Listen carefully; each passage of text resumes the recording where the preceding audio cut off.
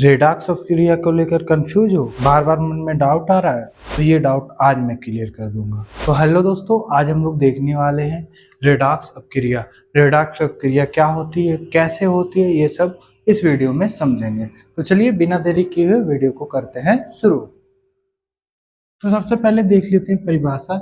ऐसी अपक्रिया जिनमें ऑक्सीकरण तथा अपचयन एक साथ एक ही समय पर घटित होते हैं उसे क्या कहते हैं, रेडॉक्स अपक्रिया कहते हैं। एक बार फिर से समझ लेते हैं दोस्तों कि ऐसी अपक्रिया जिनमें ऑक्सीकरण तथा अपचयन एक साथ एक ही समय पर घटित होते हैं रेडॉक्स अपक्रिया कहलाती है।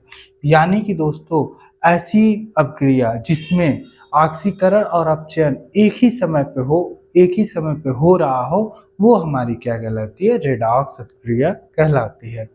एक बार फिर से समझ लेते हैं दोस्तों कि रेडॉक्स अपक्रिया वह अपक्रिया होती है जिसमें ऑक्सीकरण और अपचयन दोनों एक ही टाइम पे हो रहा हो, यानी इलेक्ट्रॉन का लेना और देना दोनों एक ही टाइम पे हो रहा है, वो हमारी कहलाती है रेडॉक्स अपक्रिया। एक बार फिर से दोस्तों देख लेते हैं कि ऑक्सीकरण और अपचयन एक साथ हो रहा है जिस अपक्रिया में, वही हमारी कहलाती है रेडॉक्स अपक्रिया।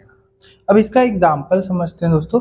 जैसे यहाँ कॉपर के साथ ऑक्सीजन है दोस्तों, कॉपर के साथ ऑक्सीजन है, लेकिन अपक्रिया होने के बाद ये देख रहे हैं कि कॉपर के साथ ऑक्सीजन यहाँ पे नहीं है। तो यहाँ पर क्या हो रहा है, ऑक्सीजन की हानि हो रही है या ऑक्सीजन का ह्रास हो रहा है। यही जो ऑक्सीजन का ह्रास हो रहा है दोस्तों, इसी को हम लोग कहते हैं अपचयन। ठीक है दोस्तों, इसे क्या कहेंगे हम लोग, अपचयन। अब दूसरे में देखते हैं, यहाँ पर हाइड्रोजन के साथ देखते हैं दोस्तों, तो ऑक्सीजन आ चुका है, यानी अपक्रिया होने के बाद क्या हो चुका है, हाइड्रोजन के साथ ऑक्सीजन आ चुका है। तो यहाँ पर क्या हो रहा है, ऑक्सीजन की प्राप्ति हो रही है, यानी इलेक्ट्रॉन का हाइड्रोजन के साथ जुड़ाव हो रहा है। तो ये हमारा कहलाता है ऑक्सीकरण। ये दोनों क्रिया एक ही साथ होती हैं, एक ही टाइम पे होती हैं, इसीलिए इस प्रक्रिया को क्या बोला जाता है, रेडॉक्स अपक्रिया बोला जाता है। एक बार फिर से समझ लेते हैं दोस्तों। अगर हम लोग देखें कॉपर के साथ क्या है दोस्तों, ऑक्सीजन है। कॉपर के साथ क्या है, ऑक्सीजन है।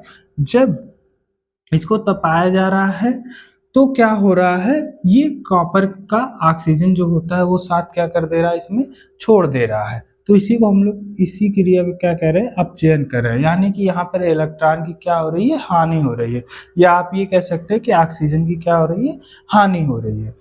और उसके बाद दूसरे में देखते हैं तो ये हाइड्रोजन है। तो जो हाइड्रोजन है वो देख रहे हैं क्रिया होने के बाद, यानी पदार्थ में आप लोग देख रहे हैं जो हाइड्रोजन है उसी के साथ हमारा क्या हो जा रहा है, ऑक्सीजन जुड़ जा रहा है, यानी हाइड्रोजन क्या कर ले रहा है, इलेक्ट्रॉन की प्राप्ति कर ले रहा है। इसी क्रिया को क्या कहते हैं, ऑक्सीकरण कहते हैं। और जहाँ पे ऑक्सीजन और ऑक्सीकरण दोनों एक साथ एक ही समय पे होते हैं, इसी अपक्रिया को हम लोग कहते हैं रेडॉक्स अपक्रिया। नोट में दोस्तों लिख लीजिएगा, ये आपका नोट्स है, और नोट्स में जानने के लिए हम लोग लिख सकते हैं कि एक पदार्थ से इलेक्ट्रॉन का निकलना तथा दूसरे पदार्थ में इलेक्ट्रॉन का जुड़ना ही हमारा क्या कहलाता है, रेडॉक्स अपक्रिया कहलाती है।